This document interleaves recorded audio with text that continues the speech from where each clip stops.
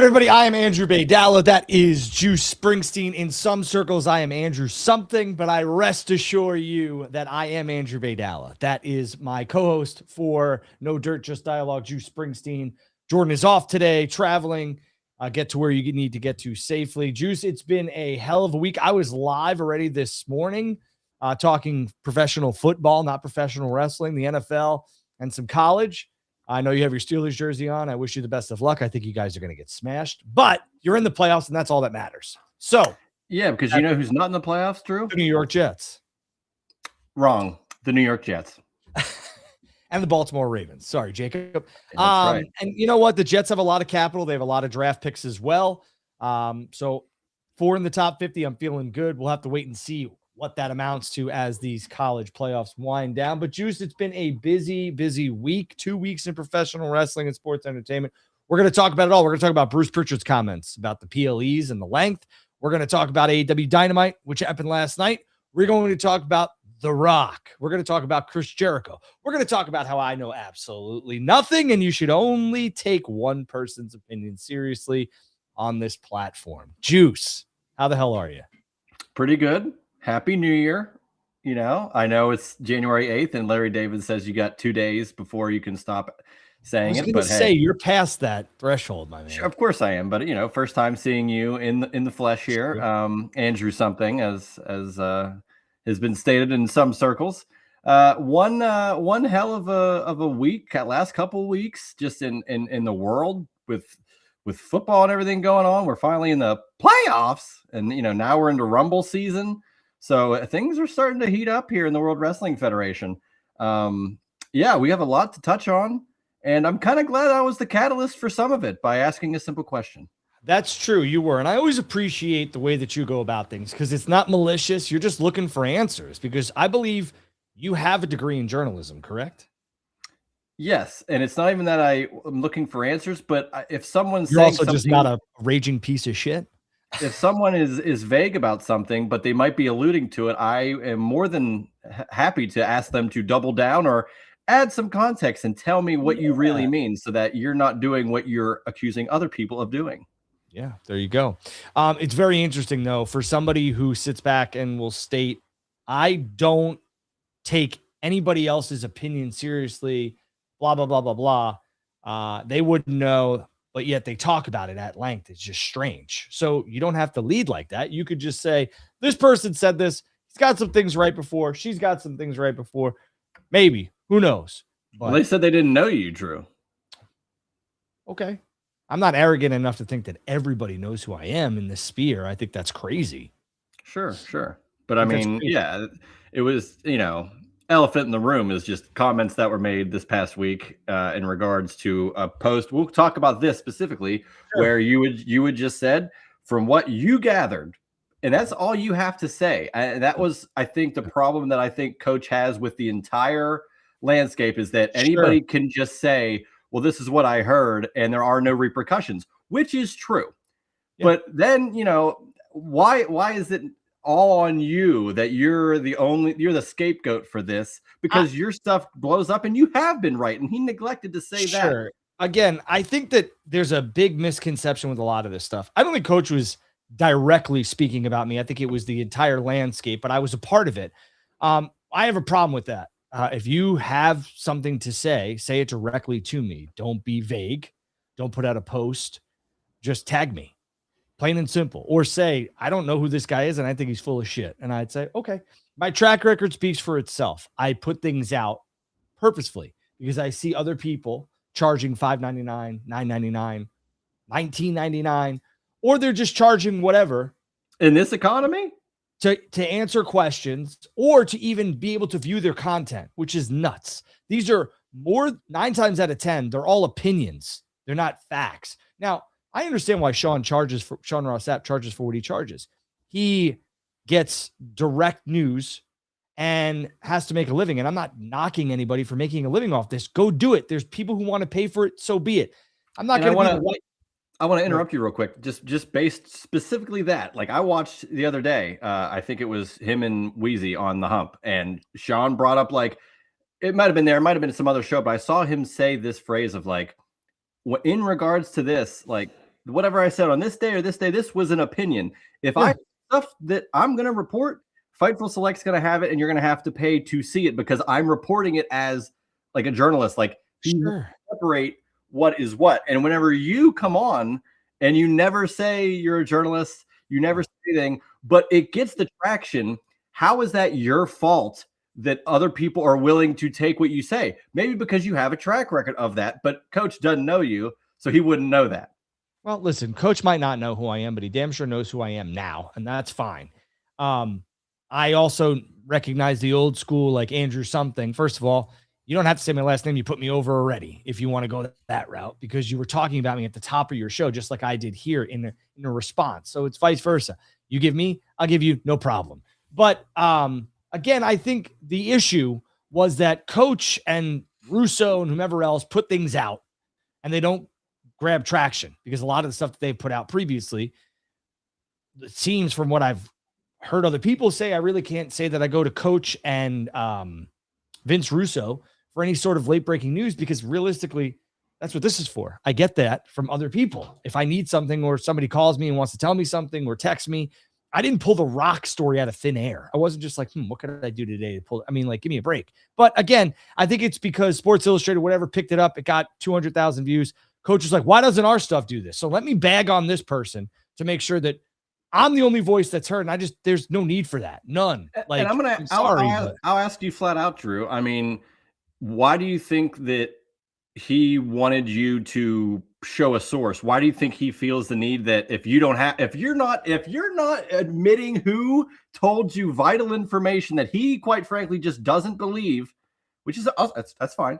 Why do you think he is come on my show and tell me who your sources are? So you blow up your spot and you don't have trust with the people that gave you that information in the first place? Seems antithetical to what he preaches, which is like, old school. If Nick Khan or Triple H or blank would not say it, then no one's going to say it. Like, so I don't get that. Why would you reveal your sources? You're not a journalist. First of all, I never would. People tell me things in confidence. I've said this a million times. People from both companies, active talent from both companies, have talked to me about different things and continue to talk to me about different things. And I didn't pull this out of thin air. I'll never reveal where anything comes from. And if you choose to not believe me or think that I'm full of shit, so be it. I don't really care. I'm not doing this to become popular or to become Sean Ross Sapp. I've said this a million times. Sean does good work, great work. That's not where I want to be. I enjoy just doing this and having fun. I don't want to be Mike Johnson's another one, does really good work. Nice dude. I don't want to be these guys. I never have been. I just want to exist, have fun, and talk about things that I see.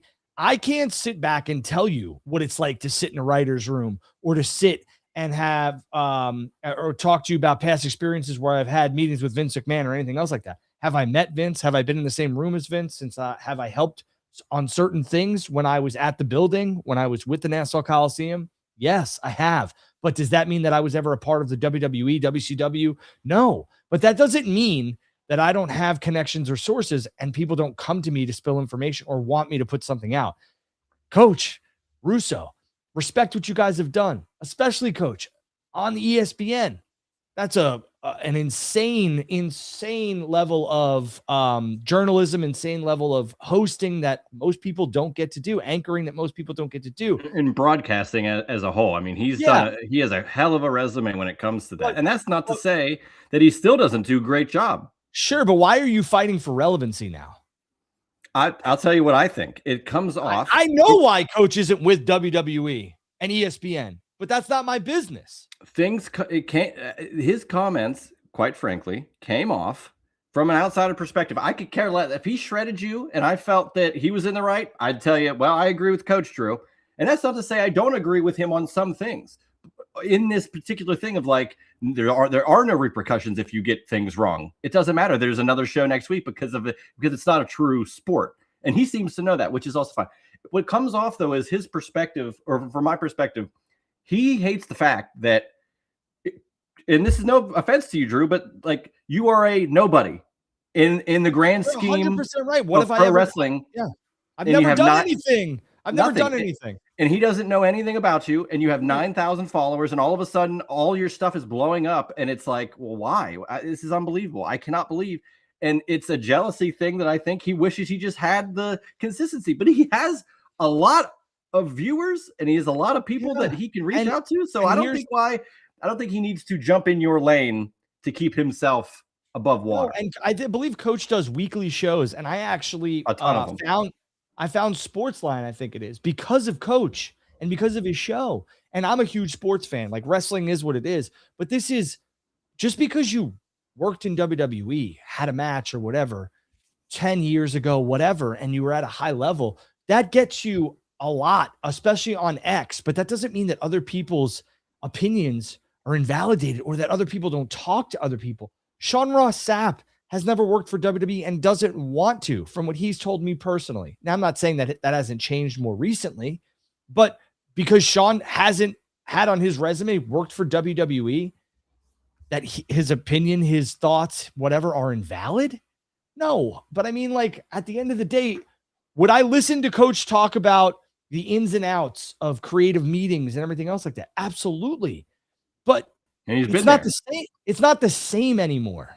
It's not the same, Coach. That's the it's other not thing, the same, dude. Not Everything has 2002. changed. And Coach is maybe a couple years, I think maybe 10 years older than me. I don't know what his age is, but I would guess he's 10 years older than me.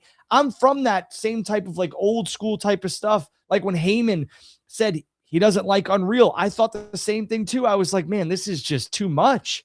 But it's a change. It's different. It's different. And don't even pretend like you don't grift, because you tried to lend credibility and you tried to pull JD's audience from him by working with him because you saw the dollar signs in that too. Do you think I'm dumb?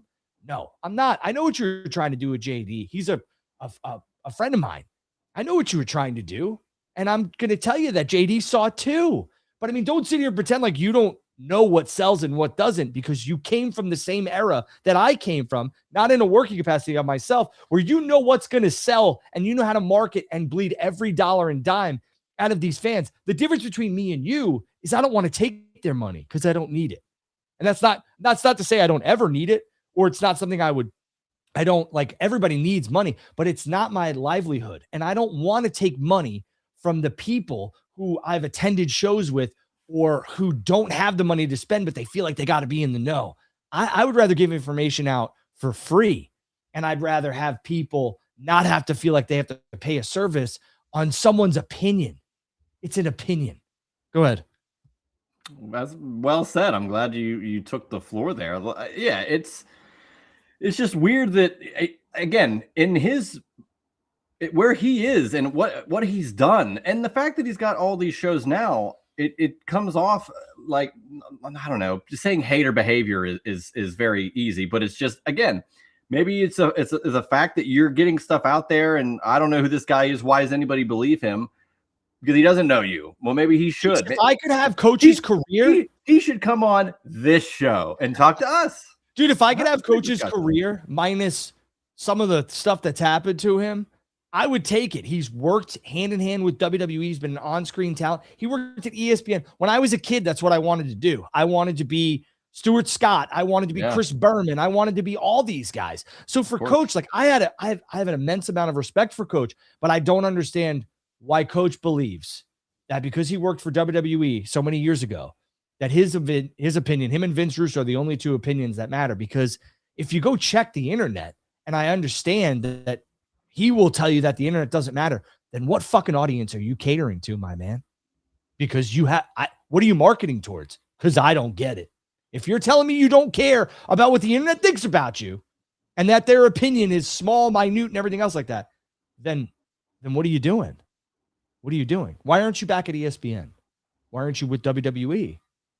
Because if the internet doesn't matter, then go back to mainstream. And again, it seems like a veer off course. Like it's not stay in your lane because you don't know what you're talking about. He is more than capable of having many platforms to give his opinions and his thoughts and analyzation of pro wrestling and what have you. But to come off of, to just outwardly be like, well, I don't know why this guy knows anything. And I know he meant in a broad sense, because a lot of people do what you do, what other people do, with like put things out there. But for you specifically to be like the one and wow, and like blow you off, and then have some some very cocky ways of referencing you later. Like, why? When he went on his show and said, and then he hit me with God bless, I meant that, coach. God bless you, dude. I wish you the best. I wish you success. I don't say that. I'm a Christian, a Catholic man who goes to church every Saturday or Sunday. I practice what I preach with my children and everything else like that. That doesn't make me holier than thou. But at the end of the day, I meant it. And for you to knock it and take it as like one of those, like, oh, he's one of those, like, God bless. Brother, I mean that. Good luck to you. Coach is 100% right. 10 years ago, hell, even 9 years ago, the creative process that Coach was talking about is accurate. Nobody would know besides Vince, The Rock, and maybe like Triple H and Nick Khan. It is a completely different animal now, Coachman. 100% different animal. There are so many different things that even I was shocked at about how this all goes into what we see on television, because it's a complete changing of the guard when Endeavor and Ari Emanuel bought WWE and made it TKO. Now, again, immense amount of respect for Jonathan Coachman. I have an immense amount of respect for Vince Russo. They've done a lot in the wrestling business. But I'm not going to talk shit about people I don't know. That's why I haven't done it here. I think it's bad for business. And I think if it was the both of you, I would understand that you don't know me and you don't know who I know and you don't know the connections I have, and that's it. And I wouldn't make blanketed statements on it. I didn't put up the Rock thing without talking to somebody. No, it was not Dwayne The Rock Johnson. You seem to be friends with him. You have a direct line with him. I know you're not stupid enough to ask him, but you could have poked fun at me, sent him the tweet and been like, man, I can't believe this stuff's out. See what he says. You guys are tight. Go ahead. There you go. But that would have been need a cult following. I love JD and what he does, but I don't want that following, because that following is nuts. God bless them all. But like, you can't have a civil conversation with majority of his followers. And it seems like that's what Coach wants. I'm good with that. Yeah, I mean, you very well said. It was the blanketed statement, and just again, yeah, the God bless thing was like, really, we're doing this? Like, it just seemed low for someone that's been in high leverage situations to where, like, why are you lowering yourself to that when all this guy said was he doesn't believe, based on things that he's heard, that he has no need to tell you about, because this is what for some reason, this is what you heard. That's what Twitter is for.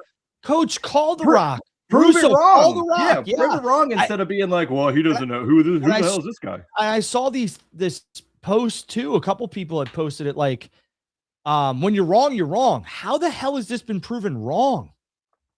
Have we had WrestleMania 42 and 43 yet?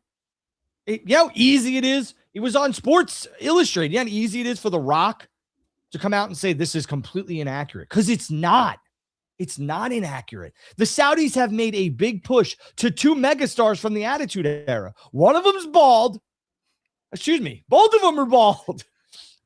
And they're not you. Right, they're not me. So you're going to see it.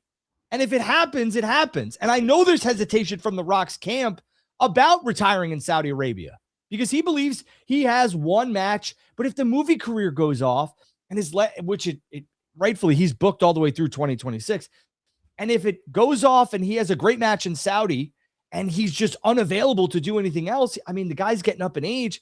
I'm sorry, but I know there's hesitation from The Rock's camp.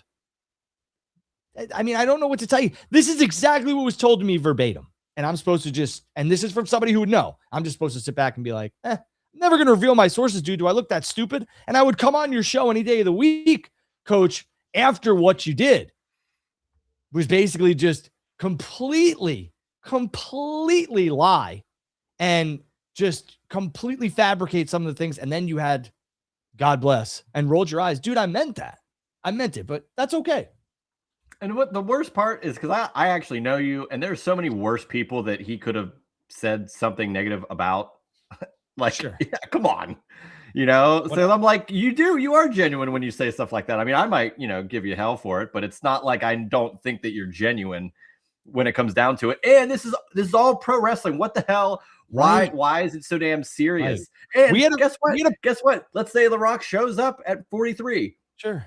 are you gonna nothing happens because there's Mania 44 and you got other stuff to do. Like, who cares? At the end of the day, I want to see The Rock in Saudi Arabia. I want to see Steve Austin versus Punk in Saudi Arabia. I want to see Jericho in TNA and WWE. I think it would be good for and AAA against Dom. I think it would be great for business. I think it would be good for the fan, because at the end of the day, whether Coach or Russo want to admit this, they are fans. They might not like the product, but they're continually, well, I worked in the industry, so that's why. Come on, enough. It's very easily shut off. Okay? Very easily shut off. So again, I mean, listen, me and you have had private conversations, and I'll say to you when I think that the person is out of line or whatever, I'll say, man, God bless them. And I mean that. God bless them. I hope that they find whatever peace and serenity they need, because it's just professional wrestling. And to dog on somebody you don't know, or to take shots at somebody you don't know, is a giant mistake in business and in life, in my opinion. So yeah, well, that's the other thing. It's like, I definitely don't, Mr. Mitch Moore. I had a conversation with him, but not about wrestling. Go ahead. What void is he trying to fill by taking shots at people he doesn't know? I don't know, dude. It just seems like he's above that. That's all. And again, Coach's career speaks for itself. It's like punching down for no reason. But it's because Sports Illustrated or whatever else picks it up, and he's like, how come our show doesn't get picked up with this stuff? Because your show sucks. Don't know what to tell you, man. Don't know what to tell you. Let's talk about Chris Jericho, shall we? Let's think of somebody who doesn't suck. Well, a lot of people might disagree with you there. Well, but I mean, all right. Chris Jericho seems to be in limbo. Yeah, that's a good word for it. I was going to use something else, but I've said this on record and I'll say it again. You could timestamp this, whatever. Chris Jericho, I believe, has already agreed to a WWE return. What that entails, I don't know. I don't know the time. I don't know the place. I don't know any of that stuff, because I don't think majority of the people would. And I think that Chris is so old school that he's going to keep that very close to the vest and try and keep this very close, especially with his representation as well. I do believe, because there's a lot of smoke around this from what I was gathering from people who were calling and texting me, who would know that Chris is very interested in working TNA. What a statement it would be if Chris Jericho shows up on the first episode of TNA on AMC. There's not many free agents out there that could really move the needle for TNA. Joe Hendry's already in NXT. Mike Santana, cool. What are they going to put down there? The Dudleys? Nah. No offense. I mean, but they already had a retirement match. All respect in the world to Bubba and Devon. The Hardys are already there. I don't know a free agent that's going to make that holy shit. I got to tune in to see what happens next week. And Chris could work a week or two.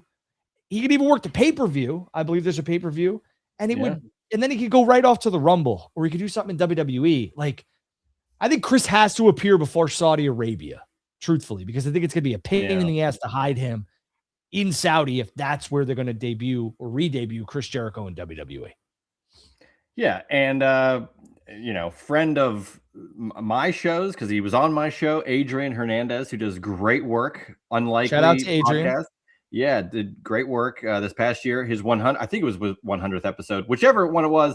He just had Tony Khan on it, which was incredible. He talked to him in Vegas, and point blank asked him, about Chris Jericho and what saw this clip and stuff. Yeah, and Tony Khan, for lack of a better term, kind of danced around it. But wait a second. But was very positive in what Chris has done for AEW, and how Chris is, he's the first AEW champion, and how he kind of helped get AEW where they are, but never said anything about status. And I think that, like you said, Drew, the fact that Jericho's old school, Tony Khan respects him. He was at Jericho's final ECW match. I think both of them are more than capable of keeping things under wraps to a degree where everybody is satisfied. The roster page doesn't change, and then Jericho can pop up when he wants to. Because remember the Save Us Y2J. Remember the the Countdown to the Millennium. All these types of things that Jericho's done in the past, he wants to hit that surprise, and this is probably the last one he has. So he wants to keep it under wraps for as long as possible, especially in the Unreal era. And again, this is not the time, in my opinion, and this is my opinion, to do the whole like vignettes where somebody could, because there's really only one free agent that could show up and that not only WWE would use a vignette for, but all this other stuff. And I think Chris, at this point, you saw how he debuted in AEW. He signed the contract in Jacksonville, okay, at the launch. I thought that was brilliant. And he gave a lot to AEW and really got them on the map with the television deal, the first world champion. It was just smart brand recognition, name recognition. He gave it all to AEW with Chris Jericho being the world champion and him being himself.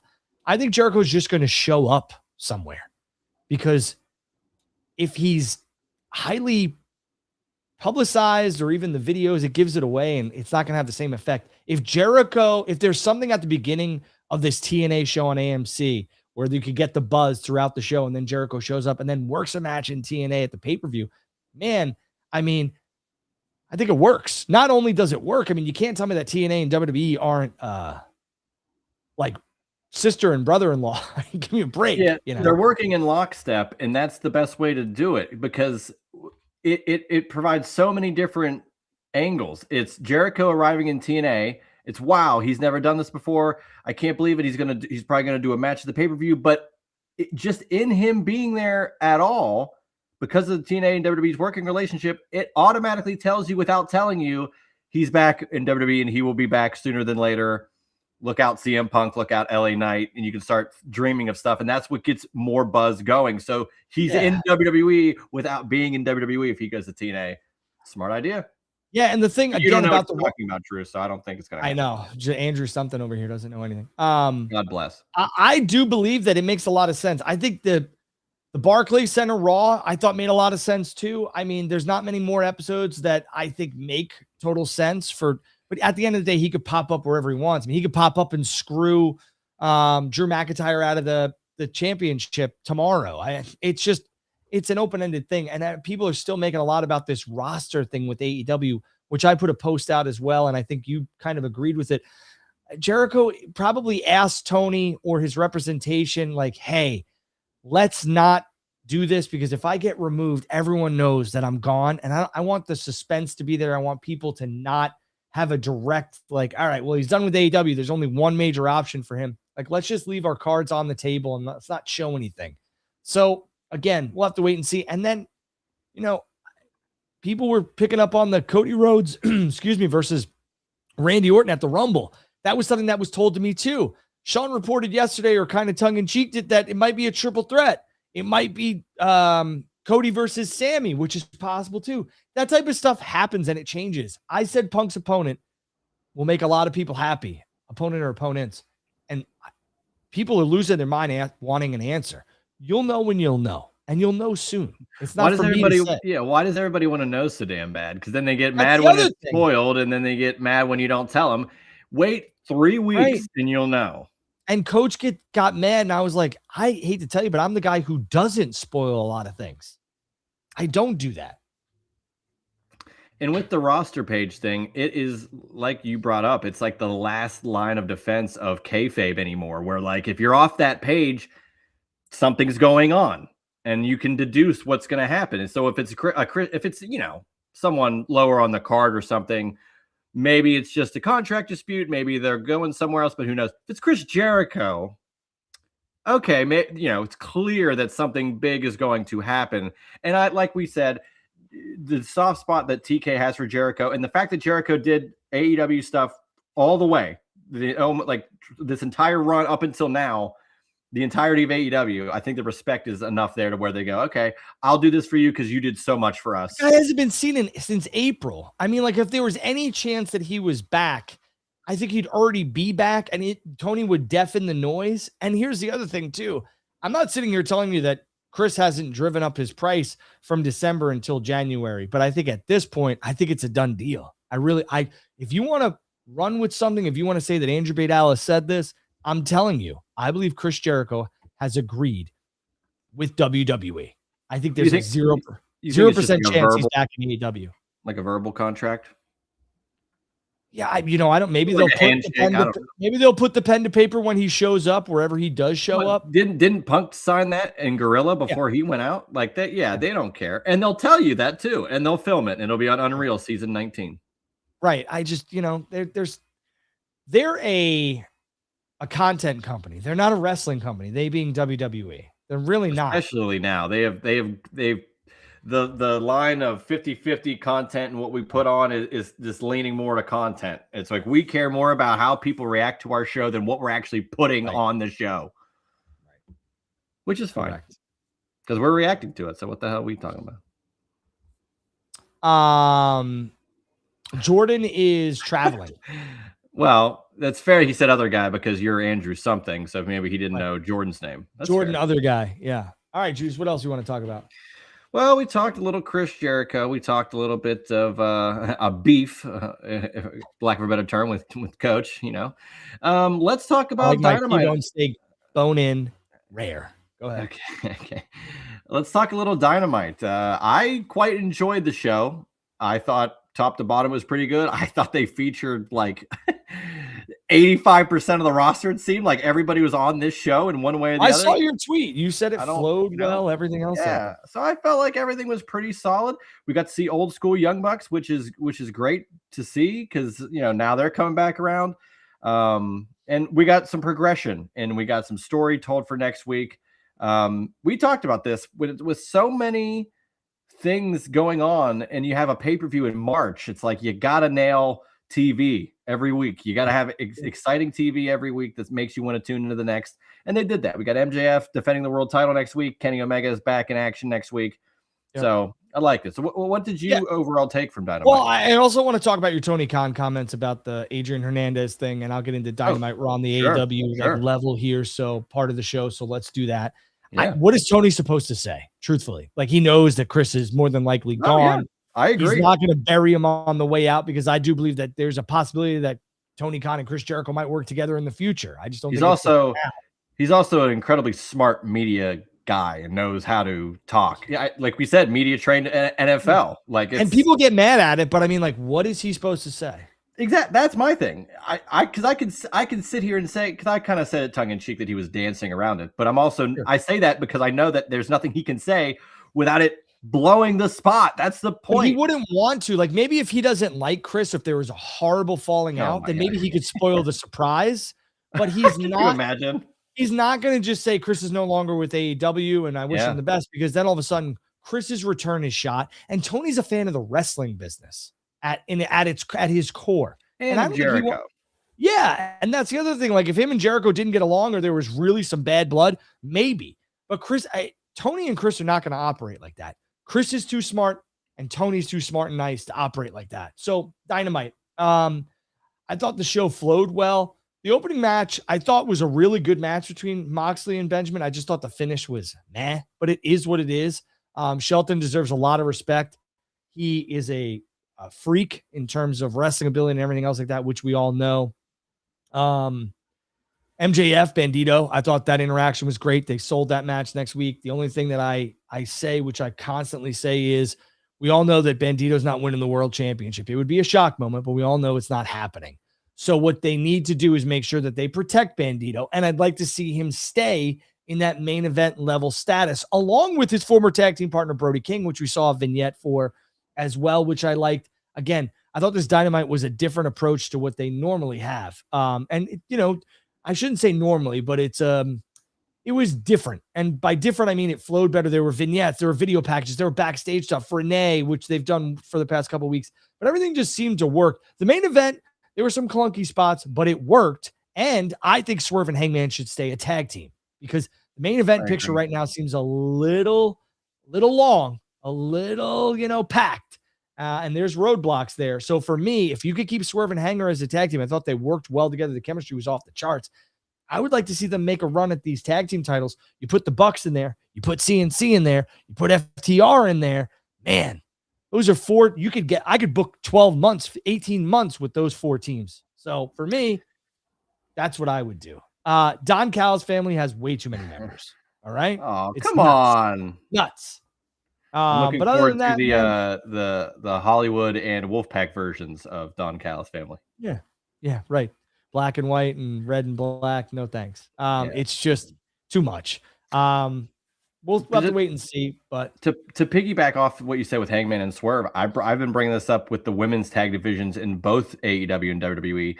When you have a Charlotte Flair and an Alexa Bliss actively not just being the tag champions, but then after they lose them saying, we want to regain those, and not having any current aspirations for the world title picture. That is a great problem to have, because you have depth and depth at the main event scene. So for AEW, I think it's almost not necessarily a challenge, but like challenge yourself and say, let's have Swerve and Hangman do a little tag run here, because we've got MJF at the top here. We might already know that the long game is, Will Ospreay later this year. So let's just work on that. And you throw a Bandito match in there. You have interesting interactions with MJF along the way and title defenses. You can have triple threats or fatal four ways to add some more folks in there.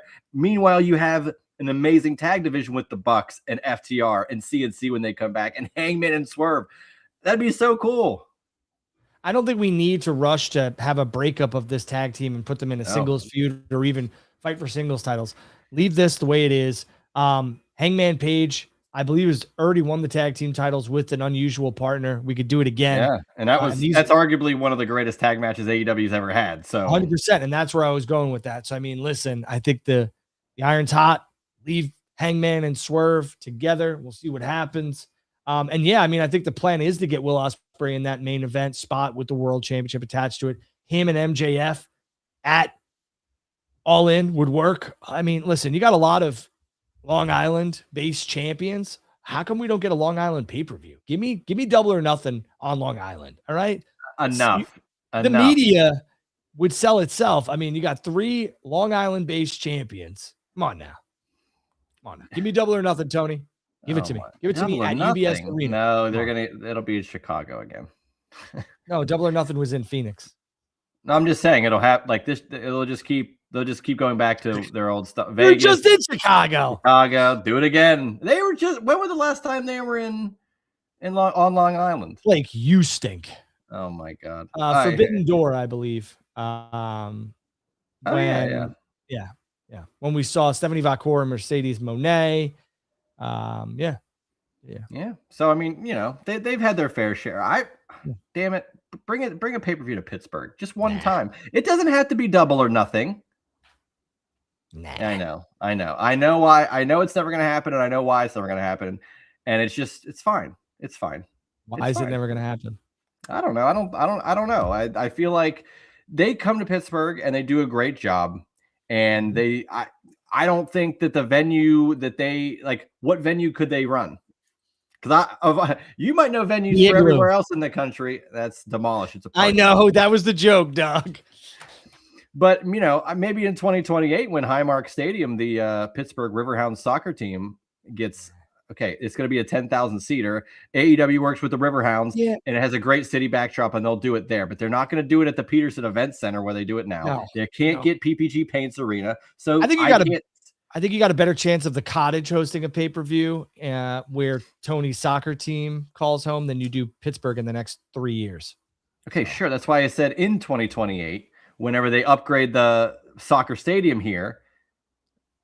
I'm fine with that. That's fine. I'd rather have them. I'd rather within the next 5 years them get one, and then then never ever have Philly one instead. Sorry, that's fine.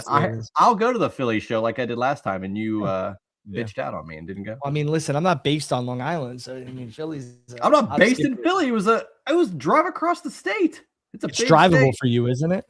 Anywhere's drivable for anybody. Okay, how long was the drive? Over 5 hours. Okay, it would take me like 26. Yeah, you have connections. You could fly. You have a private jet. Call the Rock. And then I told Andrew, you gotta go to Philly. That was a good one. When you posted that one too. All right. Dynamite. Wait, it was a good episode to start 2026. We'll have to see where everything goes, but I thought it was a good episode to start 2026. We'll have to keep that momentum going. Just give Long Island a pay-per-view, would you? They can't run. They can't run the Barclays. They can't run Madison Square Garden. You saw WWE announce Raw at Madison Square Garden in March. I was going to bring that up, but you stole my thunder. So there you go. Yeah. I mean, WWE needs to continue to run the Garden, because I can tell you that I'm sure it's a goal of Tony and his head of PR to run MSG. So even just once, just to kind of rip that from him. It's kind of frustrating though, because I know that they'll just keep running Raws and SmackDowns. I don't care. They make so much money. Sacrifice it for one time to do one more PLE at the Garden. How sick would that be? And they don't. I know they don't have that. They don't have that side entrance anymore, do they? Like the WrestleMania 10, No, SummerSlam 98, Rumble no, 08. they made those like luxury like clubs changed it. now. But Okay. But still, just one time. Give me something one more time there. I think it'd be I'm cool. with you, man. I think a pay-per-view or PLE at MSG would be cool. Give me a WrestlePalooza there, you know? Anything, yeah. I think Because they said that they want to market and brand WrestlePalooza as like a SummerSlam WrestleMania-esque type event. And this is the one thing that the fans have been clamoring for is to have a WrestleMania type event or a WrestleMania itself at Madison Square Garden, because a lot of fans now have never experienced that. Yeah. I had the privilege of experiencing it. It is nuts. Yeah. So for me, if they could make WrestlePalooza into this thing that they want to, a viable entity and brand to sell in terms of like, okay, it's WrestleMania, it's SummerSlam, it's WrestlePalooza, it's the Rumble. Cool. Do it. Bring it to MSG. And it's like they don't even have to they don't have to sell anything for it. It sells itself immediately no matter what show it is. They could put any PLE name there and it's going to sell out so quick. So you could take advantage of having that. And if they're going to keep up with the WrestlePalooza thing, I feel like that's the right move. And to transition into my next question/topic that I'm sure we're going to have some discussion on, the WWE PLE library is on Netflix. And the latest show up to date is WrestlePalooza. And that made me ask, well, what about the other Crown Jewel and Survivor Series? Where would those be? Because those are ESPN. And it does not seem, at least right now, that anything new will be going to Netflix for any sort of time window. Because I know WrestlePalooza is on there, but I think that's like an anomaly. I don't foresee them doing that unless you have some sort of insight. Like, is there a window of time, like 3 months, and then they'll put it on Netflix, or is it just not going to go there at all? You got to watch it on ESPN Plus. They said excluding WrestlePalooza, right? So that was the first thing that's not there, which would make a lot of sense. I'm gonna say that they'll probably keep the PLEs off. I would say all of 2026. Maybe you get into 2027, and then you start to see some of these PLEs kind of trickle in from 2025. I think they'll go. I think they'll go a full year without it, just because ESPN's paying a lot of money. And I don't see how that would make a ton of sense. I know that for everybody clamoring for the old SmackDowns and WCW and ECW content, I think that's going to the vault. I really do. YouTube, yeah. Yeah. I just don't see it happening. I think it's going to be on YouTube, maybe on YouTube TV. I don't really mind it, to be honest with you. Like I brought up, I've raved about the WWE Vault and WCW channels because it has comments where that's just a really cool way to interact with people that have never maybe even watched this stuff before. They keep adding a lot of new content, and we know for a fact there is an ECW channel. It's used, it's taken, but there's no videos uploaded. I'm very curious as to when they start putting stuff on there, but we're getting to an interesting point with that, because once that gets on, what content can they even put on there? Will they put it TVMA? What will they do? Because they've done WCW shows. They've done WCW shows, but they have not done any show that's got Chris Benoit on it. So they're dancing, but at some point the content's gonna. Well, the only things after these. So what are we doing here? I think the one thing majority of wrestling fans, if not all of them, can agree upon is that Tony and AEW at times will leave money on the table. WWE does not leave money on the table. They will chop up all of their media, and they will 100% squeeze every red hot nickel they can. So we'll have to wait and see. Is there any update on ESPN, the Hoots podcast? What's up, Josh? Was there any update on ESPN Unlimited going to YouTube TV? I think it's coming very shortly. I want to say my guess is that it would be on WrestleMania, maybe. They would probably do the integration, but I know it's not happening for the Rumble right now, so we'll have to wait and see. Yeah, so I mean, the Netflix of it all was interesting, kind of seeing nothing on there to start, and I was like, okay, well, you took it off Peacock, what the hell's going on? And then slowly but surely, you got every PLE. I mean, even random ones, even one-offs are up there. Although I didn't see the one-off Fatal 4-Way. That was the only one I didn't see that was not featured. I mean, I saw every random one-off show, that the Great Balls of Fire, Stomping Grounds, like Roadblock. Some of these very, very less than PLEs are uploaded on there. Maybe a Fatal 4-Way is on there now, but at least it's on there. I'm happy it's finally on there. It's a start. It's just crazy. Like today in 2014 was when they announced the WWE Network.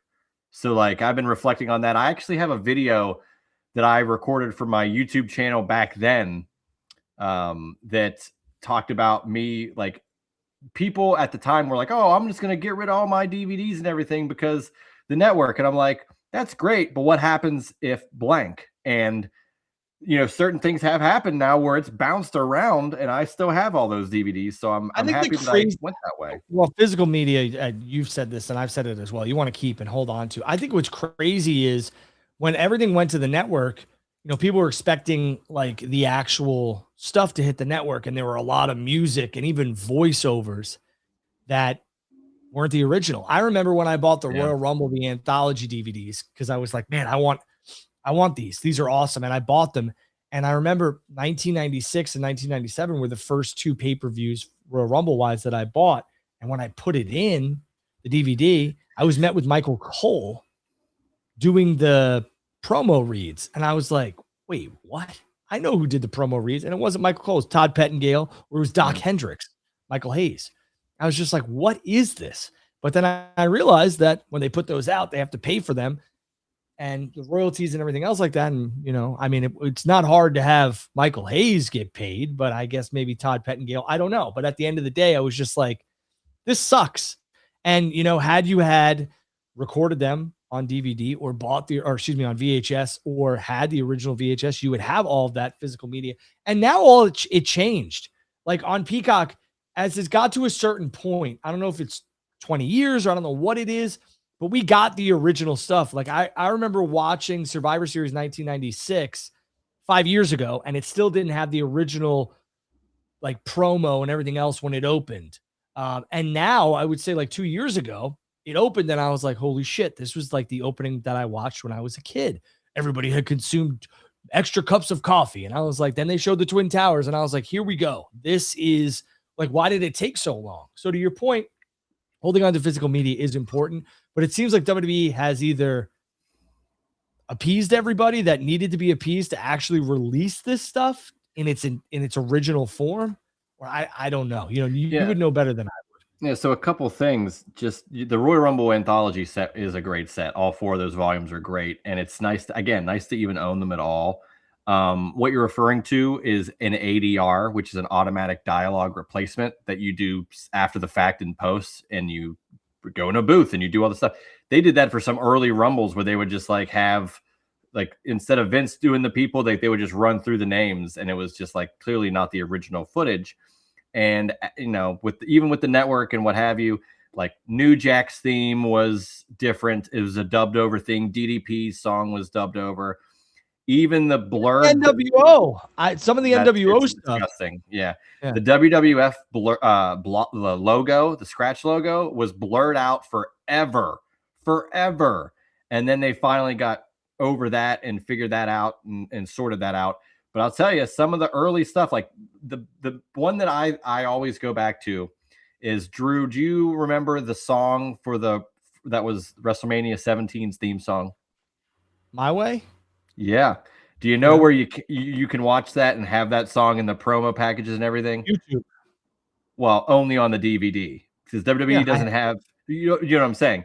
Only in that original DVD, and it's one of the tougher DVDs to find. So some of that stuff you had to get the original copies when they were released. I have it. Somebody could buy it. They do go for pretty good money. I don't know if you've ever actually shown me your physical media collection, so I'd like to see. You should take a photo of it. So here's the deal with DVDs. Okay. Mm-hmm. We're not talking wrestling.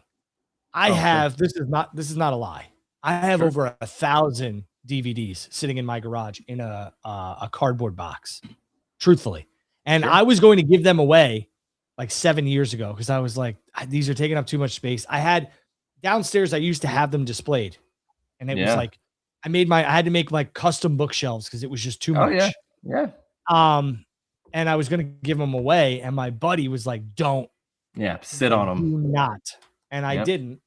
So I mean, I have like Criterion versions. I think that's what they call it, right? Yeah, I have a Criterion collection as well because Fear I Loathing in collect Las movies. Vegas, all that Yep. stuff. Yep. So. I'd like to. I'm gonna come out there and check out your stuff You out there, should. Drew. Don't get me wrong. I have WrestleMania. Take a on photo of your VHS. wrestling DVDs and Sure. like I want to see your wrestling physical media collection. I think that'd be On interesting. WrestleMania, I have WrestleMania 5 to 12 on VHS. Okay. Yeah. There's a lot of good stuff on there. And one of the points that I made about the network back then when it first got announced is like, I told people like some of the VHS, like for instance, for WCW, like some of the tapes for the pay-per-views were really hard to find. So, maybe utilize the network for that. Or even a show like Super Brawl 4 was never even released. It was never released ever. So like you had to go to the network. What? Go ahead. Right now, you can't have WrestleMania. The My Way doesn't play when you watch it on the network. You could check it right now. For as long as I can recall, they never had it. Now I have not checked it on Netflix, to be fair. All right. Okay. But we can check that. But a show like Super Brawl 4 was never, for some reason, released on VHS or anything. So like, unless you recorded it that day, you never could watch that. Now, of course, it's on the WCW's YouTube page, which is great.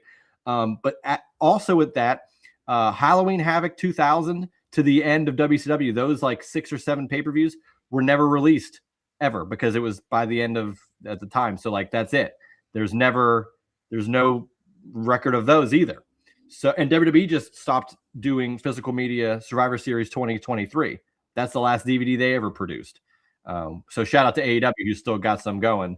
And I'm hopeful to get, I requested to get some of them that I attended last year as my birthday is coming up. So we'll see if that comes to fruition. Just so you know, I don't know if you could hear this, but no, I can't hear anything. I got nothing. Okay, well, the My Way is on the WrestleMania on Netflix. So there you go. Okay. Well, good.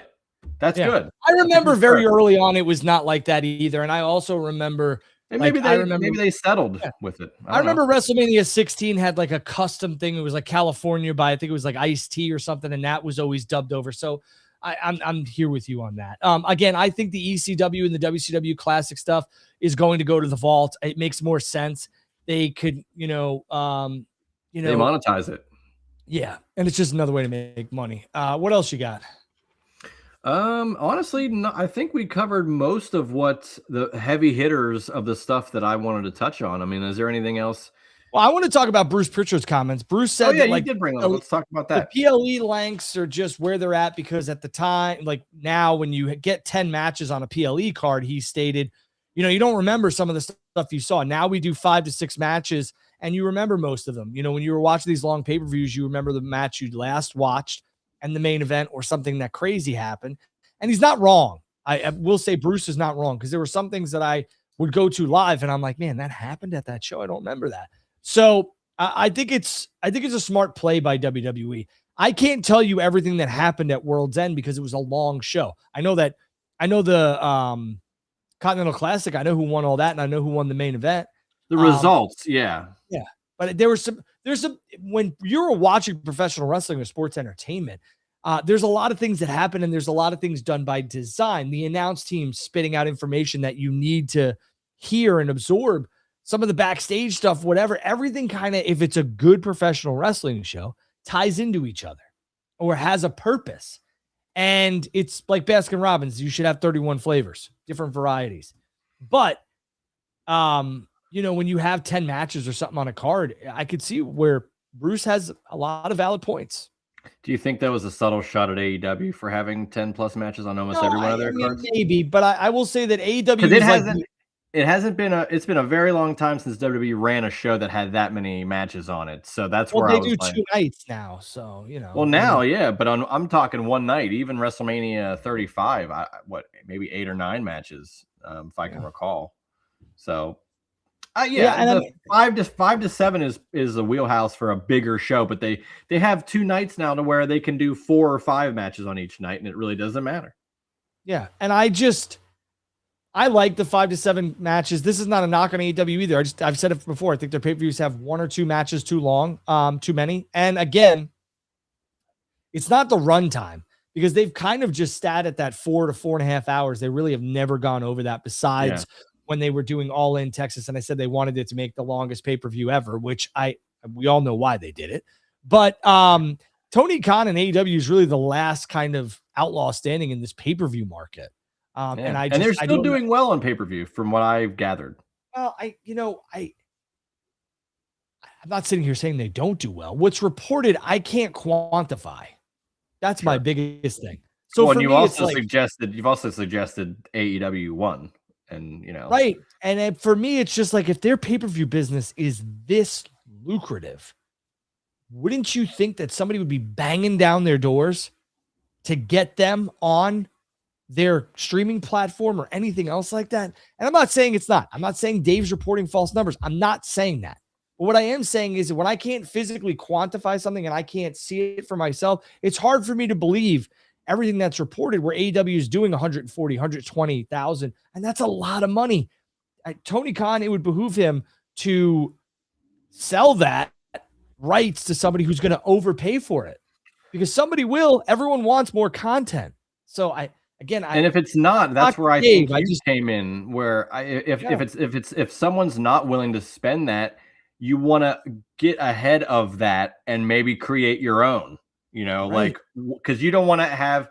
It's just like the Cena retirement. However, I based it with Jerry Seinfeld going out on top. You don't want to find if you're AEW on pay-per-view, everybody raves about it, right? We always say how great they are on pay-per-view. Yeah. You don't want it to come down to, oh God, we had a really bad pay-per-view or we had really low pay-per-view buys and it's too late to turn it around and no one wants it. You want to kind of hit when the iron's hot. So I'd look at it, but who am I? I'm a guy with a microphone. I'm a mark with a microphone. Right, but let's just take this for an example. Like I did 130,000 buys, okay, on average. We could cut this down. I'll do a better number. Let's do 120, okay? So I'm taking 120 buys off, okay? And this is on average. That's just under $6 million they do in pay-per-view revenue. Now, again, splits, all this other stuff. I don't know what exactly AEW walks away from, but the brand itself at $49.99 does just under $6 million. We're talking like $2,000 under $6 million in pure profit. Now, again, that's just here. I don't know. I shouldn't say profit, pure revenue. Okay. So what their profit is, I don't know. But if this was the case, and I don't suggest AEW to run more pay-per-views, but shit, I'd be running pay-per-views 12 times a year. And I believe they run what? 10? Yeah, nothing in March, April, May, June, July. Nothing in January, nothing in August, February. September. Yeah. Because Wrestle Dreams in October. Now we got World's End in December and Full Gear. So they run 10. I think this would be more of like we need to run more pay-per-views. I mean, I understand that let's count 1, 2, 3, 4, 5, 6, 7, 8, 9. They run 9 last year. 9 pay-per-views. 2, 4, 6, 8, 9. I'm not counting Wrestle Dynasty. 9. I mean, you would think that if you were doing this well, which I believe AEW does do well, I'd be running 12. And I know that people, it's oversaturation. Let me see people don't want to pay for it first. And then I can easily cut it down, because I think it's smart that Tony doesn't run pay-per-views in January and February, especially if the Jaguars are where they are right now and they're in the playoffs. But besides that, January, February, March is really hot and heavy for WWE. Really hot and heavy. So I think it's smart. But on the other hand, if we're making all this money, I got to capitalize this and I got to continue to strike while the iron's hot. Even if I get 110,000 buys, holy shit. I mean, you're talking about right now, at 9 pay-per-views, they pull in $54 million in revenue. That's a lot of money. Right. And they got to pay this and the splits and whatever else. Even if it's a 50-50, you're looking at, just over 25 million. 26, 27 million. That's a lot. Add another pay-per-view, you're talking 30 million.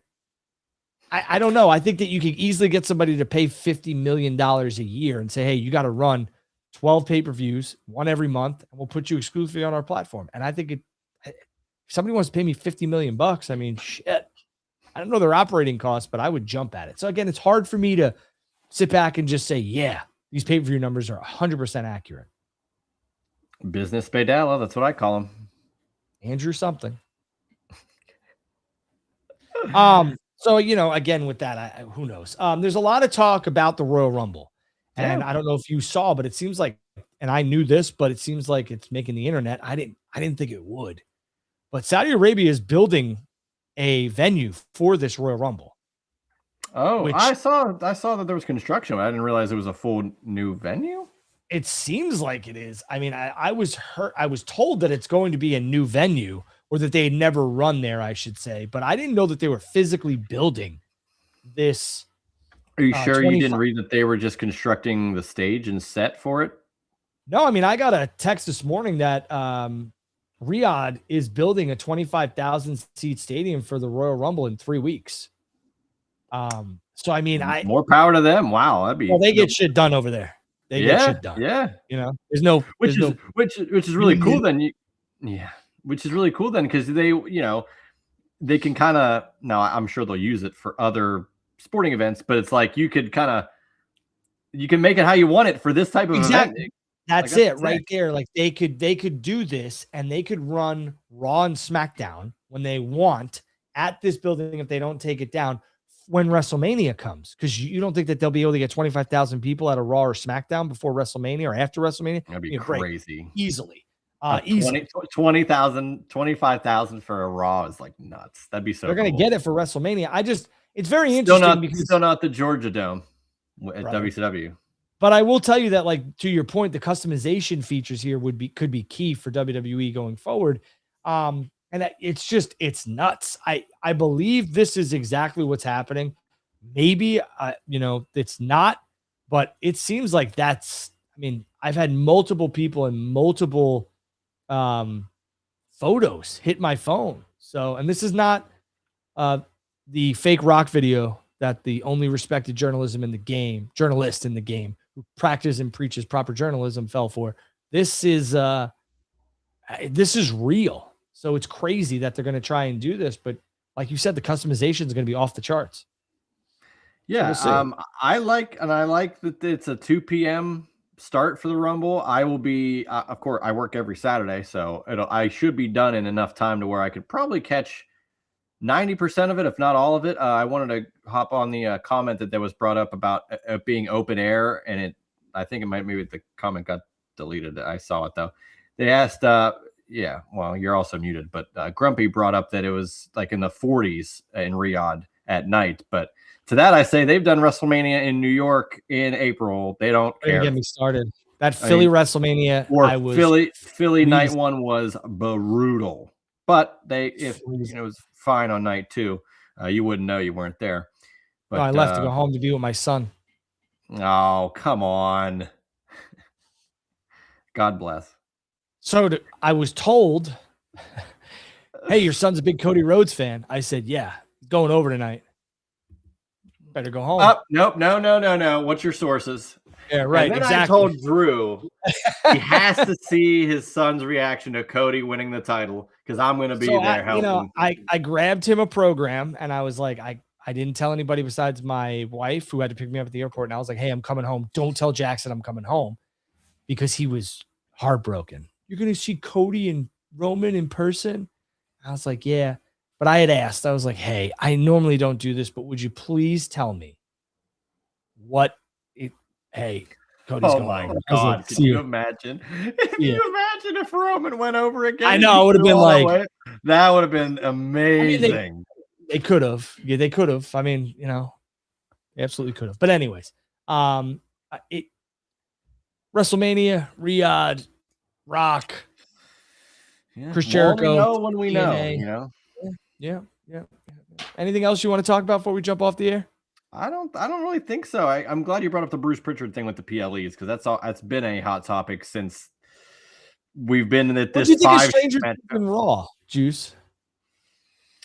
I felt like they could have done a lot more. I I mean, agree. none of the cast were on there, and I'm not saying it has to be some crazy thing. They had props from the show, and I did like the like episode 4, and they said like what was about to show up, but that was like the only unique thing to Stranger Things other than you know the upside down stuff on the around the barricade and like give me why couldn't they just had a match with the Wyatt Six involved and made it full-fledged Stranger Things? Like it could have been a really cool, unique vehicle for that particular group of all groups. Why wouldn't you tap into that? So, and I don't know what, I know Someone's O'Shea gonna say Jackson did different not brands, bro. Like they're not on that brand, and it's like, oh, because they've never that done doesn't cross matter. promotion stuff. I Like, and they've know never. O'Shea Jackson did not. He's a half hour into the show. All he said, he didn't tag anything. He didn't say a hashtag anything. All he said was, "It is unwatchable." I saw, and then I saw It somebody blew was up. like, yeah, I saw somebody was like, oh, what happened? They didn't give you comms for this, and it was like, that's the other thing too. That's the Come other thing too on. that's the other thing that you could tell. Like even with the media with the New York Jets right now and quarterbacks and draft picks and Miami Dolphins and all this other stuff, you could tell where people have an agenda or they have a point or they're quote unquote grifting or they have biased.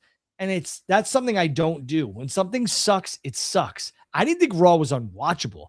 I thought it was lazy at times. And then the main event, I was like, wow, this is a good match. And even the main event, I Main was event like, was solid. I thought they I was did like, some title changes for the sake of it being the first Raw of the new oh, year, to yeah. be honest And there with was you. no surprises. There was no Nothing. returns. There was nothing. And I thought 1 year anniversary, like that's where Vince and his crew is always like, we got to have something big here for this, and maybe That's a good they point. they just relied on what they had. And I don't hate that. But again, I thought the main event was it was clunky in the beginning. And then it reminded me of an old Bret Hart match. The old Bret Hart matches started off very, very slow. And then they built, and then it was like bang, the last 5 to 7 minutes were just boom, boom, boom, boom. And that's what it was. So I didn't hate Raw. Was it unwatchable? No. Oh, yeah, it was good. But you just asked me about the Stranger Things.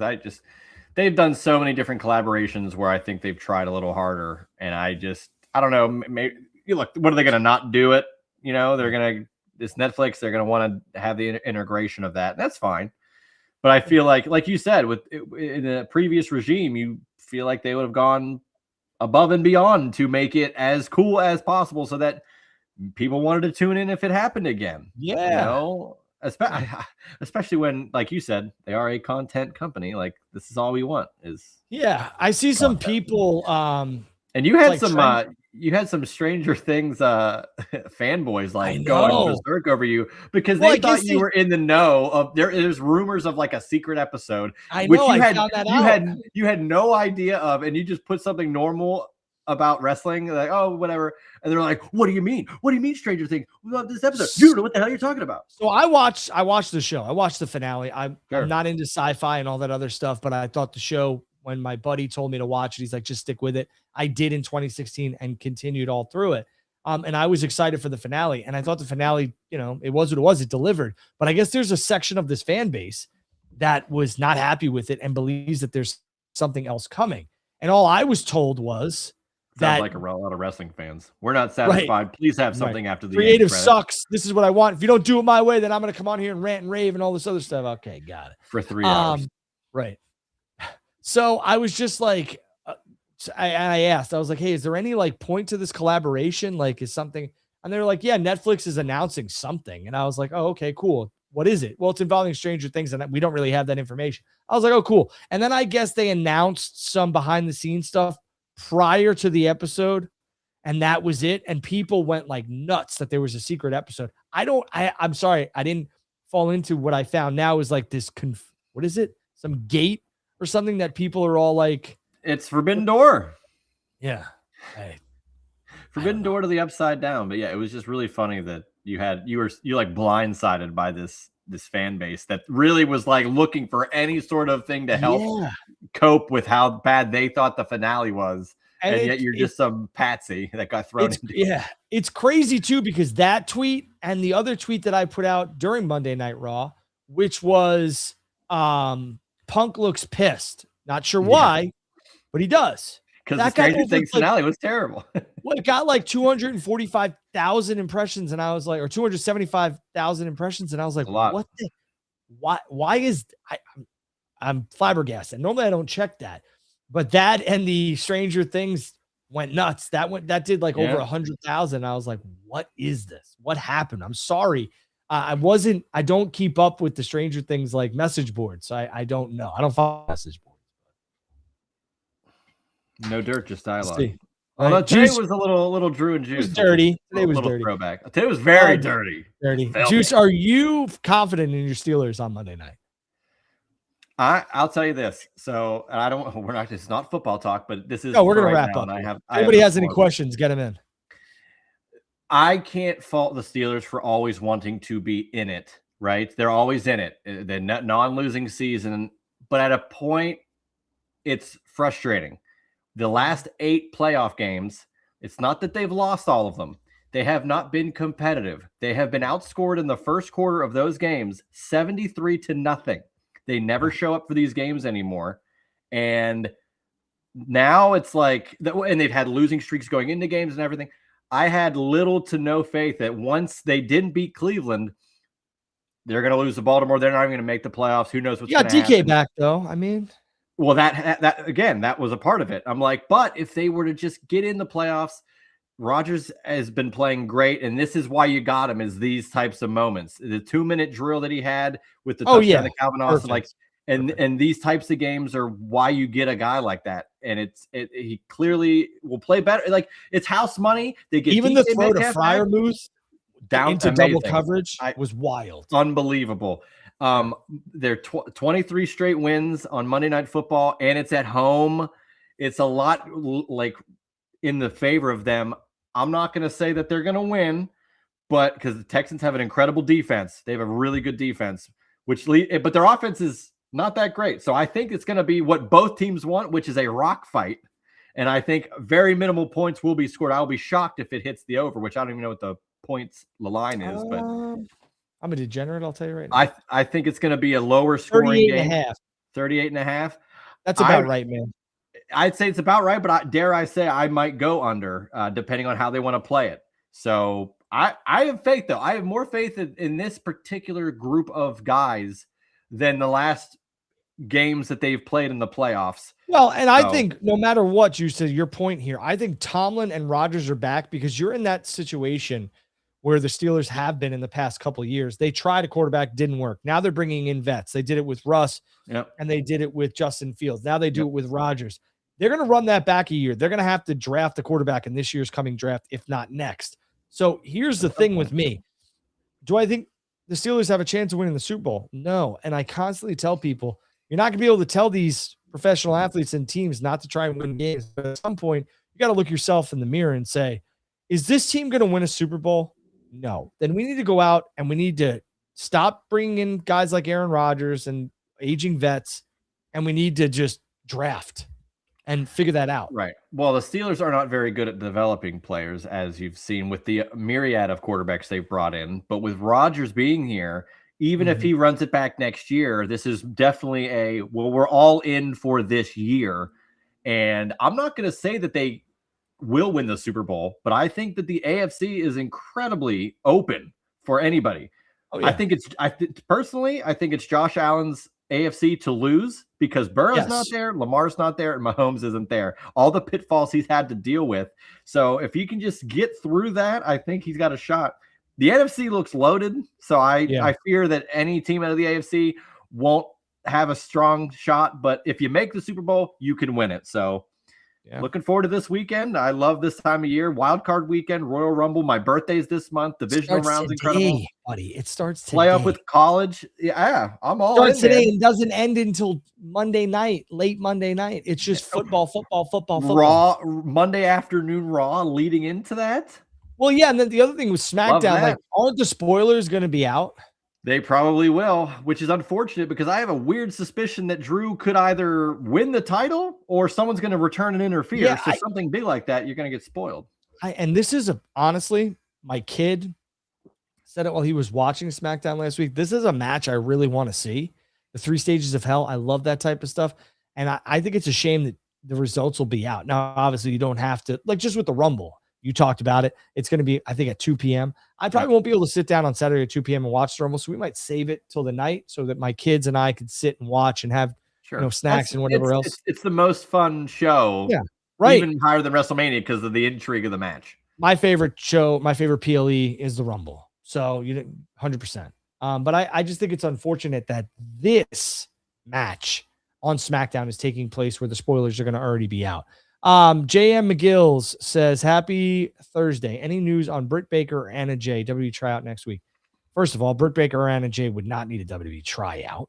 I don't think that's what he's saying. That's a separate question. There is a WWE tryout next week for collegiate athletes and what have you. And there'll be some NILs there, and there'll be some former indie or current indie darlings probably. I always like seeing the list of people that are at those, whether they come out of it or not. I like seeing the people that, this person was there, because it's like, really? Okay, that's interesting. So I'm curious to see that. But go ahead. And we'll have to wait and see. I want to thank the over 600 people who are joining us right now live on X and YouTube. Thank you very much.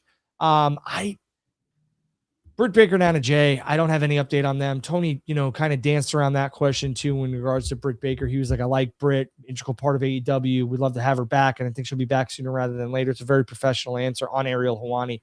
I don't think you're going to see Britt back anytime soon. I think Britt's contract runs out, and I think Britt ends up in WWE. I just don't know when. Wanted to hop on real quick with the 3 Stages of Hell. What's your favorite one? I know there's only been like 5 of them, but I mean, I would say Triple H and Shawn Michaels at Armageddon. Armageddon 2002 is a sneaky, great, very good pay-per-view. Oh my God, everything on the show is like really good. The Triple H Austin at No Way Out. Yeah. That, but I kind of like, for as terrible as 2009 WWE was, I kind of like Triple H and Orton from The Bash, not the Great American Bash, The Bash 09. Wait, that was a 3 Stages of Hell match? I think so. You're probably right. I don't know. I know I was at The Bash. I don't remember. Oh my! Yeah, you're there. Right. Singles, falls count anywhere in a stretcher match. I was not at this bash. This was in California. Stretcher match. I think I was at the one. Well, there's only one The Bash. Every other one was the Great American Bash. Oh, okay. I was at the Great American Bash in 08. Okay, that one wasn't too bad. I liked the 08 pay-per-view run. There was a lot of good stuff there. Yeah. Well, those are my 2 favorite 3 Stages of Hell. Can you name the other 2? I can't name the other 2.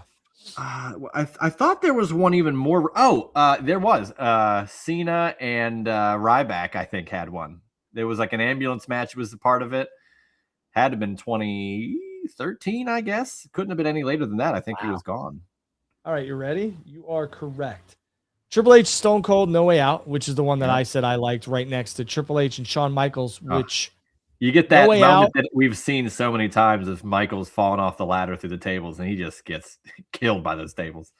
Yeah. So that was 01-02. Those 2 matches were kind of back-to-back and back-to-back years, which is great. I loved both of them. I think those are the 2 best. Orton and Triple H was 09, which we talked about. John Cena and Ryback, very good call. 2013 Payback. And then there were 2 more. That's Jericho Punk, I think, in that. They were all in NXT. What? No. I'm saying Payback 2013, I think, had Jericho and Punk. Yep, it did. But the other 2 3 Stages of Hell were Johnny Gargano and Adam Cole. I knew that one, but I couldn't have told you when what show it was. I knew they did one in NXT. And Kyle O'Reilly and Adam Cole. I didn't remember that one either. It's a very unique match type, and I like it. And I speculated. Now we'll find out spoilers earlier than later. I wanted to go 3 for the cage, and I wonder if it's the blue steel cage. How cool would that be? Because Cody loves to do that shit. He loves that winged eagle stuff. Why not? You'll know if the cage is not hanging inside the building, because they will not hang that big blue cage. Unless they make some modification. What they could make they could do a new okay. I mean, I'm just saying. They made a red Hell in a Cell. You need the big blue squares. That's what you need. So I think it'd be so cool. Again, why not? They love this nostalgia thing. They've been going. They did I can't believe they even brought back the Winged Eagle for a show. They've done cool stuff with Saturday Night's Main Event. I mean, you could do a cage match on a Saturday night's main event, and that's where you do the blue cage. I mean, maybe that makes more sense. But I think in the realm of this, where it's Cody, and it's like, well, you wanted this match, and here we get the third one, and by the way, it's a cage I wanted. Like, love that stuff. We haven't seen it since what, St. Valentine's Day Massacre '99 with the black version. I want to say that's the last one, but when Vince took that horrific bump on the announce table. Oh God, when he's back, I remember that. Oh my God. I remember that. And Paul White, that's Paul White. Like, who? Yeah. You mean the Giant? Yeah, just call him the Paul or something like the Paul. The Paul. Shout out to Blake. Shout out to Grumpy. Shout out to Jordan. Shout out to the Wrestle Collective. Shout out to Watch Dev. Shout out to Joshy Lopez, the Hoots. Shout out to Abel. Shout out to Wrestle Fish. Shout out to who else we got here? Anybody else? I don't know in the chat. Shout out to the coach. Shout out to Vince Russo. Oh yeah. I mean, look, bottom line, we respect both these guys. It just shout out to Corey Saunders. Things coming out of left field whenever you could just not bring it up. Like it's like you're showing your hand that something bothered you, and then you say why, and it's like, well, why? There's other people that are less than you that are doing the same thing. Should I be like the Indiana coach and be like, Google me? Oh my God. What, Kurt Signetti? Right. Yeah. I mean, no, he's got more hair than you. Oh, anybody does. I got more hair on my face than you have in your head. Me too. Good one. Just saying. Just saying. What do you got in the briefcase? What? What do you got in the briefcase? I don't know. Come on, that's a Seinfeld line. What do you got in that briefcase? Oh no. What do you have in your briefcase? Crackers. Yeah, there you go. All right. Well, yeah. From these two crackers, we will see you guys. Give me uncontext Seinfeld. I mean, if you say it, I knew exactly what it was. It's the Bizarro Jerry, and this is my busy time of year. I remember that episode. I'm not a Seinfeld connoisseur like you are, but I do remember that episode. It's my crazy time of year. It's your third day. Yeah. He's washing his shoes at the water. The water cooler. Yeah. And the guy, he's like, come on, you want some? Go ahead. But anyways, I'm Andrew Badala. That is Juice Springsteen. This is No Dirt, Just Dialogue podcast. We can make sure that you guys like, subscribe, and follow by clicking the like, subscribe, and follow button, hitting that thumbs up. Make sure we get the likes. Make sure you hit that bell for notifications so that when we go live, you will know. Juice, you want to tell everyone where they could follow you, subscribe, whatever? At Juicy Scene, we're going premium in the year 2026. I don't know if you saw, Drew, because there was a deal on premium. So I got the blue check mark. That's right. Hey, look, I look at it this way. I hate when people are like, you paid for Twitter. Yeah, sure. But I've been on Twitter for more than half my life. So I think maybe, it's worth it to me for some of the stuff. I look at it as a video game that I could have bought that I didn't buy. That's how much I spent. $11? Well, for the year, it was like 68.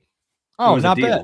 It was, yeah. So I was like, but here's what I'll say. If you play this game right on Twitter, which I don't even try to do, it pays for itself. Coach said you do. It pays for itself. I think last month, I think it was like $175 that I got off Twitter. Maybe it was 125. Wow. It pays for itself, dude. I don't know. Get the badge, get the verification, whatever. I had it before you had to pay for it, and then you had to pay for it. So it is what it is. Yeah. I'm keeping it. All right? All right. I'm Andrew Badala. That's Juice Springsteen. We'll catch you guys and girls down the road. Thank you for joining us. We truly appreciate it. Do that frog.